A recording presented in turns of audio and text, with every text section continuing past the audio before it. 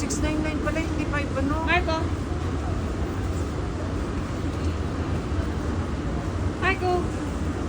Marco?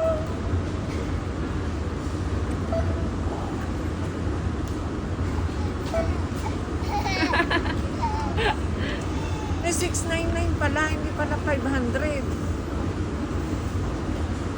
Oh, edi mahalaki nga to. Ma, ano ba? 529 lang yan. Ay, ano yung 699? Yung damit. Akala ko ba buy one, take one? Oo nga. Eh, bakit dalawang 699 yan? Itanong mo, pagka 699 na isa, huwag mo nang bilhin. Kaya nga nakalagay dun, buy one, take one.